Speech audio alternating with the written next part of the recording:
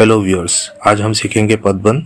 लेकिन पदबंध को जानने से पहले आपको शब्द और पद के बारे में जानना होगा, क्योंकि शब्द और पद के बारे में नहीं जानेंगे तो पदबंध को नहीं समझ पाएंगे। तो उदाहरण देखिए, कमल। कमल जो है एक शब्द है, लेकिन अगर हम इसे इसी वाक्य में इस्तेमाल करें तो वह पद बन जाएगा। जैसे कमल खिल रहा है, तो यहाँ पर कमल जो है वो एक पद बन गया है। तो पद और शब्द दरअसल एक ही होता है, लेकिन किसी भी शब्द को जब हम किसी वाक्य में इस्तेमाल करते हैं तो वह पद बन जाता है। देखिए दोस्तों, मैं यहाँ पर कोई डेफिनेशन वगैरह एक्सप्लेन करना नहीं चाह रहा हूँ। मैं चाह रहा हूँ कि आपको बिल्कुल सिंपल लैंग्वेज में आपको बात समझा दूँ। तो यहाँ पर बात सिर्फ इतना ही है कि जब भी कोई भी वर्ड कहीं किसी सेंटेंस में यूज़ नहीं होता है, जैसे कि कमल, अब ये कहीं पर यूज़ नहीं हुआ है तो अब ये शब्द है। लेकिन अगर हम इसको किसी सेंटेंस में यूज़ कर दे, जैसे कमल खिल रहा है, तो वो पद बन जाएगा। अब शब्द भी इस यहाँ पर आपको ये भी ध्यान देना है कि शब्द किसे कहते हैं। जैसे कमल एक शब्द है क्योंकि इसका एक मतलब है कि कमल एक फूल है, लेकिन कमल की जगह अगर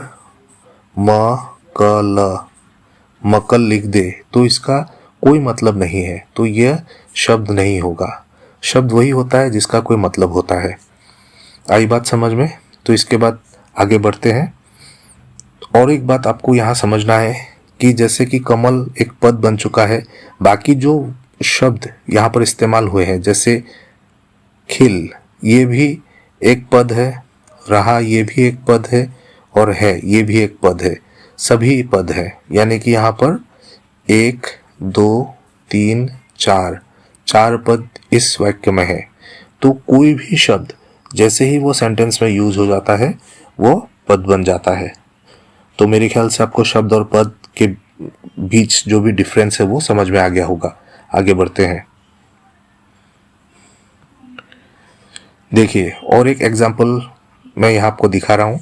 जैसे रंग बिरंगे सुंदर फूल खिल रहे हैं, तो यहाँ पर रंग बिरंगे ये भी पद है, सुंदर ये भी पद है, खिल फूल ये भी पद है, और ये सभी पद जो है मिलकर पदबंध बन जाते हैं। यानी कि पदबंध एक तरीके से हम कह सकते हैं कि बहुत सारे पदों को मिलकर पदबंध तैयार होता है। पद और बंध, बंध यानी कि बांधना, बहुत सारे पदों को बांधना ही पदबंध हो जाता है। जैसे कि यहाँ पर 1 2 3 पद है जिनको आपस में जोड़ा गया है और वो पदबंध हो गया है। अब ये जोड़ने वाली बात कैसे आ गई? जैसे कि यहाँ पर आप देख सकते हो कि अंडरलाइन किया हुआ है, रंग बिरंगे सुंदर फूल, इतना तक अंडरलाइन किया हुआ है। तो अंडरलाइन किए हुए जो शब्द है वो दरअसल क्या है, वो पदबंध है और ये किसी पद के बारे में बता रहे हैं। आगे देखिए,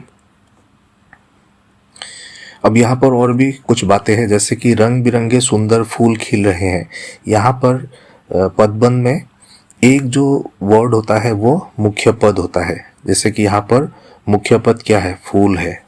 मुख्य पद यानी कि मेन वर्ड, और बाकी जो पद होते हैं वो आश्रित पद होते हैं। आश्रित पद यानी कि डिपेंडेंट, जो कि मुख्य पद पर डिपेंडेंट रहते हैं। जैसे रंग बिरंगे और सुंदर, ये दोनों पद जो है फूल पर डिपेंडेंट है। तो कहने का मतलब क्या है कि ये दोनों पद किसके बारे में बता रहे हैं? फूल के बारे में बता रहे हैं। रंग बिरंगे सुंदर, ये फूल के बारे में बता रहे हैं। तो इस तरीके से फूल जो है मुख्य पद हो जाएगा, मेन वर्ड हो जाएगा, और रंग बिरंगे और सुंदर ये जो है आश्रित पद यानी कि डिपेंडेंट, उस पर डिपेंडेंट है। अगर हम फूल को हटा दें, मान लीजिए फूल वर्ड है ही नहीं यहाँ पर, और पढ़ के देखिए रंग बिरंगे सुंदर खिल रहे हैं, तब रंग बिरंगे और सुंदर इसका कोई वैल्यू रहेगा नहीं, क्योंकि उसका जो मेन पद है, मुख्य पद है, वो वहां पर नहीं है। तो इस तरीके से हम बहुत आसानी से समझ सकते हैं कि मुख्य पद कौन सा होता है और आश्रित पद कौन सा होता है। चलिए आगे बढ़ते हैं।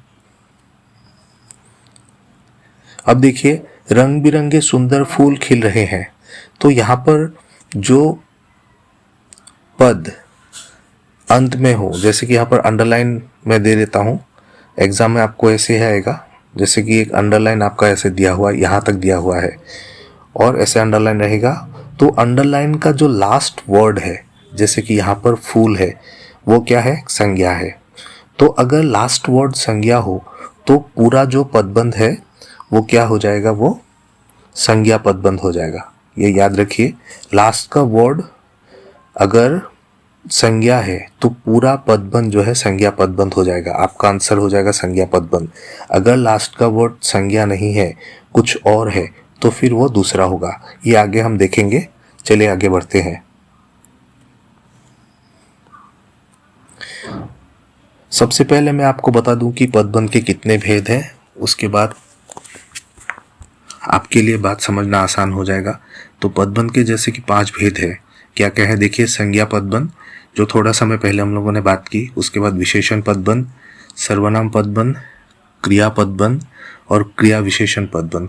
ये 5 पदबंध है। और एग्जाम में आपको जैसे कि MCQ आएगा, मल्टीपल चॉइस क्वेश्चन, एक क्वेश्चन दिया जाएगा और उसमें 4 पदबंध के ऑप्शन रहेंगे जिसमें से आपको सही ऑप्शन ढूंढना है। तो चलिए आगे बढ़ते हैं। जैसे यहाँ पर 2 ताकतवर आदमी, यहाँ तक अंडरलाइन है, तो अंडरलाइन क्या हुआ, जो लास्ट वर्ड है वो आपको देखना है कि वो क्या वर्ड है। जैसे कि यहाँ पर ये आदमी है और आदमी क्या है, एक संज्ञा शब्द है। संज्ञा तो आपको पता होगा, इंग्लिश में नाउन कहते हैं। दूसरा क्वेश्चन देखिए, मेहनती छात्र ही अच्छे अंक प्राप्त कर पाते हैं। अब मेहनती छात्र में भी जो लास्ट वर्ड है वो क्या है, संज्ञा है। तो इस तरीके से ये जो है संज्ञा पदबंध के उदाहरण हो जाते हैं। आइए आगे बढ़ते हैं। तो अब देखिए विशेषण पदबंध, इसका पहला एग्जाम्पल देखिए। वो बहुत सुंदर कविता लिखता है। तो यहाँ पर आप देख सकते हैं कि अंडरलाइन किया हुआ शब्द क्या है, बहुत सुंदर। और ये कविता की विशेषता बता रहा है, कविता शब्द की विशेषता बता रहा है। तो इस तरीके से ये विशेषण पदबंध होगा। दूसरा एग्जाम्पल देखिए, गर्मियों में सफ़ेद खादी कपड़े पहनना आरामदायक होता है। तो ये किसका विशेषण है, कपड़े का। तो विशेषण पदबंध हम ऐसे पहचान सकते हैं कि अंडरलाइन किया हुआ शब्द जो है, 1 या 2 या 3 जितने भी पद है, उसके बाद अगर कोई संज्ञा शब्द आता है और उसकी विशेषता बताई जा रही है, जैसे कपड़ा हो गया, कविता हो गया, इसकी विशेषताएं बताई जा रही है, तो इस तरीके से आप उसको पहचान सकते हैं कि विशेषण पदबंध है। आगे देखते हैं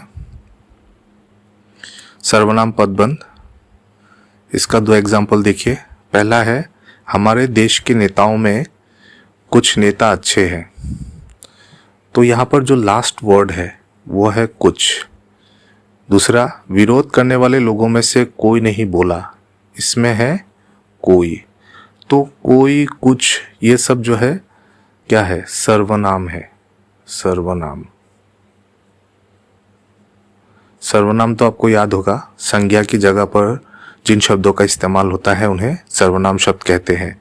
जैसे मैं, तुम, मेरा, तुम्हारा, हमारा, उसका, ये सब सर्वनाम शब्द है। और इंग्लिश में होगा यू, मी, देयर, ये सब। तो सेंटेंस के लास्ट में, यानी कि पदबंध के लास्ट में अगर शब्द सर्वनाम शब्द हो, जैसे कुछ, कोई, तो आपको समझ जाना है कि ये सर्वनाम पदबंध है। आगे बढ़ते हैं। क्रिया पदबंध। तो क्रिया पदबंध समझना बहुत ही आसान है। अंत में देखिए, जैसे आया होगा। दूसरा है सुनाती रहती है। तो ये जो अंडरलाइन किया हुआ पदबंध है वो क्रिया पदबंध है। जैसे आया होगा, ये क्रिया है, सुनाती रहती है, ये क्रिया शब्द है। यहाँ पर एक बात ध्यान रखना कि जो क्रिया पदबंध है उसमें 2 भी शब्द हो सकते हैं। जैसे यहाँ पर 1, 2 शब्द है, और किसी में 3 या 4 भी हो सकते हैं। जैसे यहाँ पर 3 है, 1, 2, 3 शब्द है। तो क्रिया पदबंध ढूंढना बहुत ही आसान है, बिल्कुल लास्ट में रहेगा और इससे आप आसानी से इसको पकड़ सकेंगे। क्रिया पदबंध का जो पदबंध है वो हमेशा वाक्य के अंत में होता है, इस बात का ध्यान आप रखिए। अगर वाक्य के आगे में अंडरलाइन किया हुआ है तो वह कभी क्रिया पदबंध नहीं होगा। चलिए अंत में देखते हैं क्रिया विशेषण पदबंध। क्रिया विशेषण पदबंध क्या है, तो यहाँ पर अंडरलाइन किया हुआ है, आज गाड़ी बहुत जल्दी आ गई, बहुत जल्दी। तो क्रिया विशेषण पदबंध तो आपको याद होगा, जो क्रिया की विशेषता बताती है उन्हें क्रिया विशेषण शब्द कहते हैं। क्रिया की विशेषता, तो यहाँ पर क्रिया शब्द कौन से हैं? आ गई, ये है क्रिया, क्रिया शब्द है। क्रिया यानी कि वर्ब, और उसकी विशेषता बता रहा है बहुत जल्दी। अब इसको हम कैसे समझेंगे? मान लीजिए ये शब्द नहीं है, बहुत जल्दी ये शब्द नहीं है, तो पढ़ के देखिए, आज गाड़ी आ गई, इसमें आ गई क्रिया है, और बहुत जल्दी यूज करते ही हमको ये पता चला कि गाड़ी कैसे आई। अगर क्वेश्चन पूछा जाए कि आज गाड़ी कैसे आई, तो पता चला कि बहुत जल्दी। तो ये जो काम हुआ, आने वाला जो काम हुआ, गाड़ी के आने का जो काम हुआ, वो कैसे हुआ? बहुत जल्दी हुआ। तो ऐसे हम कह सकते हैं कि जिन शब्दों से हमें ये पता चलता है कि क्रिया कैसे हुई है, उन्हें क्रिया विशेषण शब्द कहते हैं। तो बहुत जल्दी जो है वो क्या हो जाएगा? क्रिया विशेषण हो जाएगा, और इस तरीके से ये क्रिया विशेषण पदबंध कहलाएगा। देखिए और एक एग्जाम्पल, पक्षी पिंजरे के अंदर बैठा है। तो यहाँ पर बैठा है जो है वो क्या है? वो क्रिया है, और पिंजरे के अंदर ये हो गया क्रिया विशेषण पदबंध, क्योंकि ये हमको बता रहा है कि पक्षी कैसे बैठा हुआ है। कैसे बैठा हुआ है? पिंजरे के अंदर बैठा हुआ है, तो पिंजरे के अंदर क्रिया विशेषण हो जाएगा। तो बहुत ही आसानी से आप इसको निकाल पाएंगे, ढूंढ पाएंगे। थोड़ा सा आपको प्रैक्टिस करना होगा, 2-4 एग्जाम्पल आपको खुद देखने होंगे, उससे आप आसानी से इसको समझ लेंगे। कुछ एग्जाम्पल मैं भी लेके आया हूं, देखिए। तो पहला एग्जाम्पल देखिए, एग्जाम में ऐसे ही क्वेश्चन आएगा, इस बात का ध्यान रखिए। जैसे पहला क्वेश्चन है, राकेश नदी में डूब गया। यहाँ पर 4 ऑप्शन है, संज्ञा पदबंध, सर्वनाम पदबंध, क्रिया पदबंध, क्रिया विशेषण पदबंध। तो हमको अब क्या देखना है? हमको देखना है कि लास्ट के 2 वर्ड यानी कि जो अंडरलाइन किए हुए हैं वो क्या है? डूब गया। तो आपको याद होगा मैंने बोला था कि एक ऐसा पदबंध है जो हमेशा लास्ट में यूज होता है, लास्ट में अंडरलाइन किया हुआ रहता है। तो वो कौन सा होगा? क्रिया पदबंध। तो सही आंसर होगा क्रिया पदबंध, क्योंकि डूब गया क्या है? क्रिया है। अब आगे बढ़ते हैं।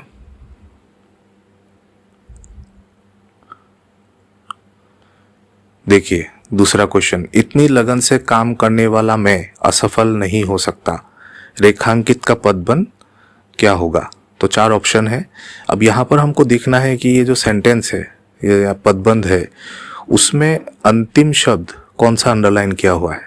तो अंतिम शब्द अंडरलाइन किया हुआ है मैं, और मैं क्या था? आपको याद होगा, मैं किसके लिए यूज होता है? सर्वनाम के लिए यूज होता है, सर्वनाम। मैं, तुम, हम, ये सब सर्वनाम है, सर्वनाम शब्द है। तो इस पदबंध के अंत में अगर सर्वनाम शब्द मिल जाए तो वो हो जाएगा सर्वनाम पदबंध। आगे बढ़ते हैं। राहुल की बड़ी बहन रिया कल आई थी। इसमें भी 4 ऑप्शन है। अब इसमें आपको देखना है लास्ट का वर्ड। लास्ट का वर्ड क्या है? रिया है, और रिया क्या है? एक नाम है। तो अगर किसी व्यक्ति वस्तु का नाम हो तो वो क्या हो जाएगा? वो हो जाता है संज्ञा। तो ऐसे हमको पता चलता है कि ये कौन सा पदबंध होगा? संज्ञा पदबंध होगा। चलिए आगे बढ़ते हैं। अब खिड़की बंद किया जा सकता है। अब यहां पर देखिए, बंद किया जा सकता है, मैंने क्या बोला था? एक ऐसा पदबंध जो अंत में हो, अंडरलाइन किया हुआ हो, वो कौन सा होगा? क्रिया पदबंध होगा। बंद किया जा सकता है, ये पूरा क्रिया है, पूरा क्रिया है, क्रिया के पदबंध है, तो क्रिया पदबंध इसका आंसर हो जाएगा। और एक देखते हैं लास्ट में, मेरी बेटी दिल्ली जा रही है। रेखांकित पदबंध का नाम है। तो मेरी बेटी, इसमें अंतिम शब्द क्या है? अंडरलाइन क्या हुआ है? बेटी। तो सोचिए बेटी क्या होगा? संज्ञा होगा, क्रिया विशेषण होगा, सर्वनाम होगा या विशेषण होगा? जो भी आपको सही लग रहा है। अगर आपको पता है कि संज्ञा क्या है, कौन से शब्द संज्ञा होते हैं, सर्वनाम शब्द कौन से होते हैं, संज्ञा क्रिया विशेषण कौन से होते हैं, ये अगर आपको पता है तो आप आसानी से पकड़ लोगे कि ये कौन सा पदबंध होगा। तो ये खुद सोचिए कि क्या होगा और कमेंट में आंसर लिख के बताइए। और कुछ भी आपको पूछना है तो आप, कुछ भी कन्फ्यूजन है तो आप कमेंट में लिख सकते हैं। तो आज इतना ही, धन्यवाद। Thank you for watching. Please like and subscribe the channel.